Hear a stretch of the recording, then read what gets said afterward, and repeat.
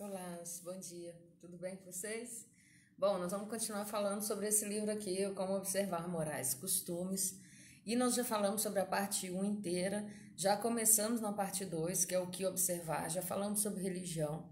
E já falamos no vídeo anterior, que foi o vídeo 14, sobre a introdução das noções morais gerais. Agora a gente vai falar sobre o outro tema, o tema seguinte, que é o epitáfio. Nesse capítulo, a Martineau vai falar sobre amor familiar e local de nascimento, falar de idosos e crianças, caráter do orgulho prevalecente, caráter de ídolos populares, épocas da sociedade, tratamento da culpa, testemunho de crimes, canções populares, literatura e filosofia. Então, são vários temas que nós vamos abordar aqui, e esses temas dizem muito sobre a perspectiva da Martineau a respeito das coisas. Lembrem-se que, para Martineau, o pesquisador deveria se preocupar com as coisas, não com os discursos sobre elas. Os discursos, eles só vão servir para ilustrar a perspectiva que o pesquisador conseguiu identificar naquelas coisas que ele observa. As coisas são as instituições, né? E aí, olha só, vamos destacar uma coisa aqui. A Martineau fala pesquisador o tempo todo, ela não fala pesquisadora. Quando ela quer falar da mulher, ela abre um destaque, né? Então, pode ser uma questão da língua, eu já disse isso aqui antes, né? Mas ela vai falar dos homens ingleses, que a gente costuma generalizar como masculino universal. Então, fiquem atentos a isso, porque no mesmo período, uma autora, que era a Flora Tristan, destacava o gênero, muito claramente, né? Proletárias e proletários. Bom, vamos lá. O que ela vai dizer sobre os epitáfios, dentro das noções morais gerais, o que observar. Na página 124 do livro, a Martineau fala: ele não encontrará nenhum lugar de estudo melhor do que o cemitério. Ai, ai, ai, né? Nem ensinamentos mais instrutivos do que inscrições monumentais. A breve linguagem dos mortos lhe ensinará mais do que os longos discursos dos vivos. De novo, implicância da Martineau com relação ao que as pessoas falam sobre o que elas fazem. Para vocês terem uma ideia, ela escreve o Society in America, que é o próximo livro, né, que vai ser publicado agora, que eu estou traduzindo. Ela escreve ele com um intuito muito claro. Ela diz isso, né, textualmente, que é mostrar como os americanos não fazem o que eles falam que fazem. Então, é a aplicação do método dela de forma bem escancarada, né? Ele aprenderá quais são as visões prevalecentes da morte. E, quando sabe-se qual é a visão comum da morte, sabe-se também qual é o aspecto da vida para um número não pequeno. Isto é, terá penetrado dentro do interior de suas morais. Se deveria sempre estar completamente determinado que as pirâmides do Egito foram designadas unicamente como locais de sepultura, elas cessariam de ser as testemunhas mudas que foram por eras. Elas contarão, no mínimo, que a morte não foi considerada como uma grande niveladora, que reis e camponeses não estavam dormindo lado a lado na morte, não mais do que em vida. Como elas contrastam com os cemitérios moravianos, onde todos são colocados em filas, como eles acontecem de ser trazidos para o túmulo, e onde o memorial é proibido. Os mortos de Constantinopla são expulsos de entre os que vivem em ruínas, quietude e solidão. Os cemitérios estão além das paredes, onde nenhum ruído da cidade é ouvido, e onde os ciprestes escuros, pendendo sobre o mármore branco, dão um ar de luto e desolação à cena. Em contraste com esses, estão os jardins das igrejas de cidades inglesas, cujos mortos ficam assim na completa visão dos vivos.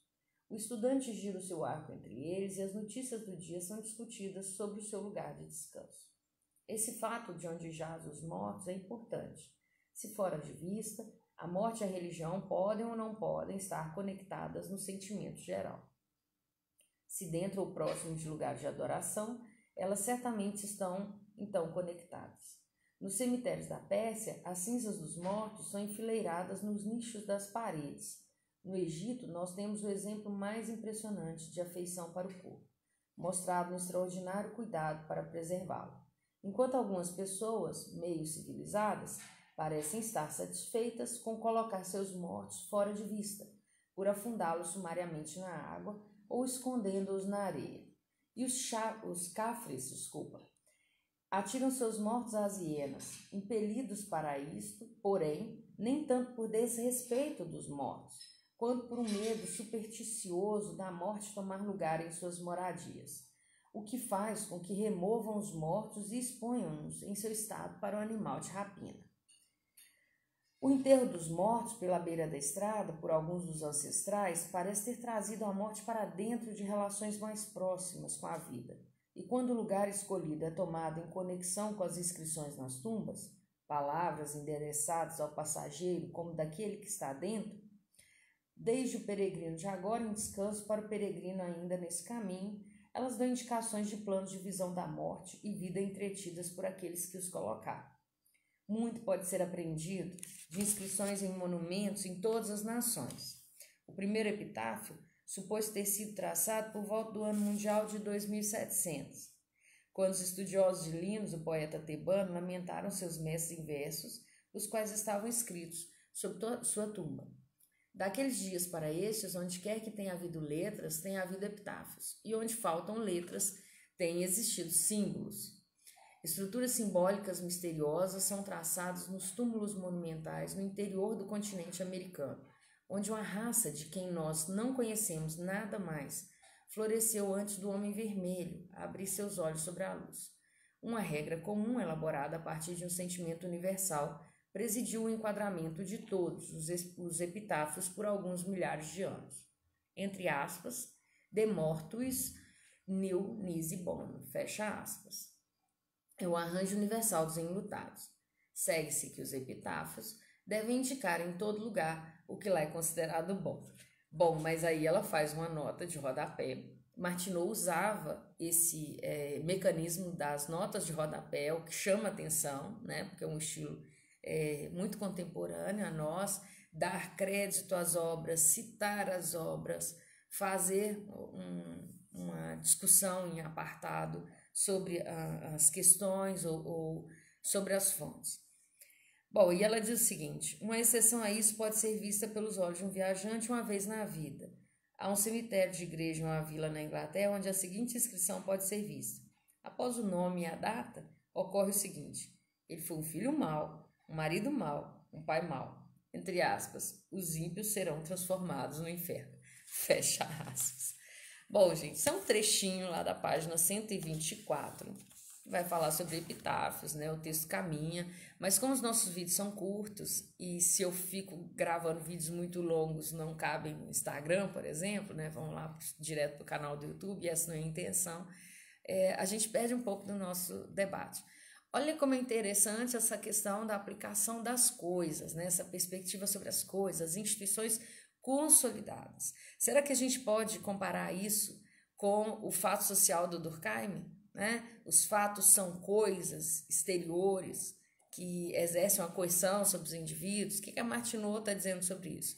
Nós vamos continuar essa conversa no próximo vídeo, que vai ser o vídeo 26, que vai ser gravado na semana que vem, tá bom? Espero que vocês estejam gostando dessa conversa sobre a Martineau.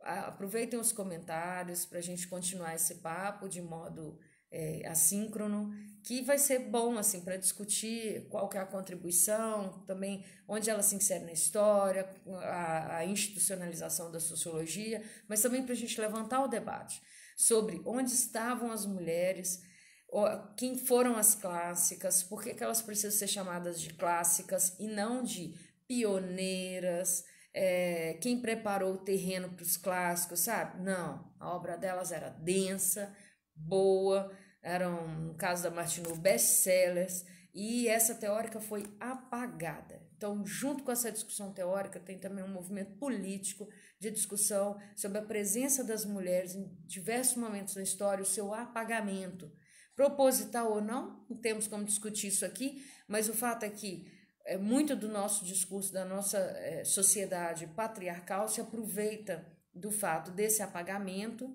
né, e de certo modo, alimenta ele de forma voraz, porque isso resulta numa reprodução da ideia de que as mulheres são incapazes, de que as mulheres não existiram, elas não contribuíram, e olha que nesse momento as mulheres só tinham, e uma determinada classe de mulheres, uma educação básica. Tá bom? Bora lá. Até o próximo vídeo. Tchau, gente.